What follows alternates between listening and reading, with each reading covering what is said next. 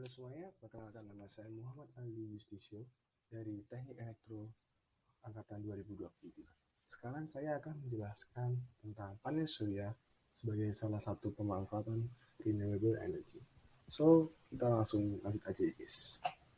Oke, yang pertama itu kita harus mengetahui apa sih renewable energy itu? Nah, renewable energy itu adalah sebuah energi yang terbarukan. Energi ini bersumber dari alam yang bisa kita gunakan secara bebas dan gratis. Renewable energy ini dapat kita gunakan karena renewable energy memiliki jumlah yang tidak terbatas dan renewable energy dapat diperbarui terus-menerus, sehingga kita bisa menggunakan renewable energy sebagai energi pengganti dari energi tak terbarukan. Nah, lalu kita langsung masuk nih ke pembahasannya, yaitu panel surya. Nah, panel surya sendiri adalah sebuah alat untuk mengonversi panas matahari menjadi energi listrik. Teknologi yang digunakan untuk mengonversi panas matahari menjadi energi listrik adalah teknologi fotovoltaik. Teknologi inilah yang mengonversi panas matahari menjadi energi listrik. Energi listrik yang sudah terkonversikan oleh panas matahari akan disimpan di dalam sebuah baterai. Lalu bagaimana sih cara kerjanya panel surya? Nah, sel surya adalah yang dapat mengubah energi matahari langsung menjadi listrik. Nah, sel surya ini pada dasarnya adalah sambungan PN dengan penampang melintang. Semakin besar area atau penampang kabel, maka semakin banyak juga arus yang diterimanya. Satu sel surya dapat menghasilkan bidang potensial sebesar 0,5 volt. Lalu, prinsip pembuatan sel surya dimulai dari partikel yang disebut foton, yang merupakan partikel kecil sinar matahari.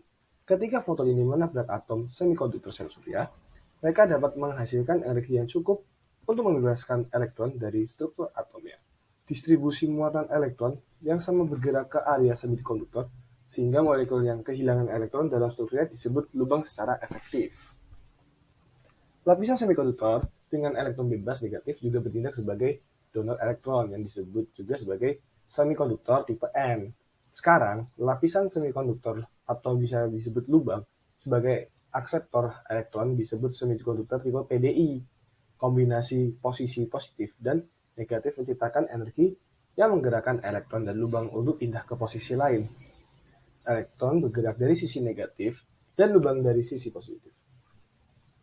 Ketika diberi beban berupa lampu atau alat elektronik lainnya, maka akan menghasilkan listrik. Singkatnya, ketika ada sinar matahari, terjadi pergerakan antara elektron ke arah positif dan negatif. Gerakan ini menghasilkan listrik yang dapat digunakan sebagai energi untuk perangkat elektronik. Lalu, di salah satu komponen panel surya, nah kita tuh juga ada nih namanya solar tracking. Nah, apa sih sebenarnya solar tracking itu? Nah, solar tracking adalah proses menyelaraskan panel surya yang disejajarkan tegak lurus terhadap sinar matahari. Karena posisi matahari di langit terus berubah, kadang di selatan, kadang di barat, kadang timur atau utara. Nah, pelacakan surya mengurangi sudut datangnya sinar matahari dan efek dari pengurangan sudut adalah dapat meningkatkan efisiensi sistem sebesar 30-50% per tahun. Ada 3 jenis utama dalam pelacakan matahari. Yang pertama adalah pemantauan aktif, di mana posisi matahari terus dihitung oleh sensor umpan balik seperti fotoresistor atau pengukur arus tegangan.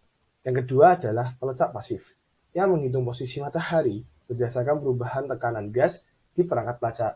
Nah, lalu yang ketiga adalah pelacakan waktu, di mana sistem bergerak terus-menerus sepanjang hari.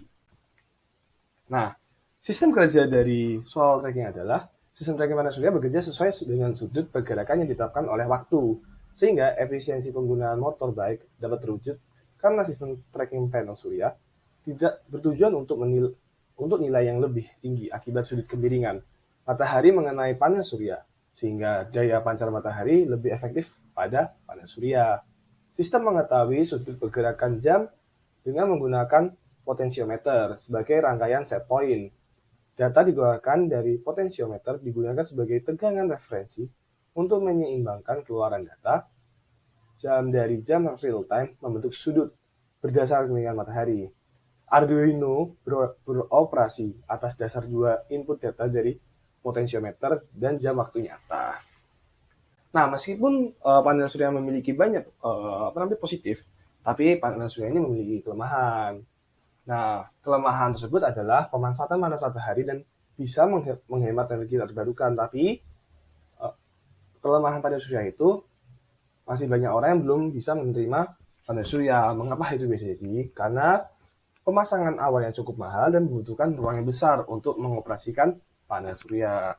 Jadi, kesimpulannya adalah panel surya sangat bermanfaat untuk membudidayakan energi tak terbarukan. Dengan panel surya, kita bisa membagikan listrik tanpa menggunakan batu bara yang menjadi salah satu energi yang tak terbarukan. Nah, pakar lainnya juga menjelaskan juga komponen dari panel surya. Panel surya memiliki komponen yang banyak, dimulai dari Arduino sebagai konversi dari source code menjadi perangkat keras, RTC sebagai penentuan waktu yang sebenarnya, LCD sebagai tampilan output dari sebuah program, DC motor aktuator sebagai penggerak panel surya, baterai sebagai penyimpanan listrik, dan potensiometer sebagai masukan tegangan ke Arduino.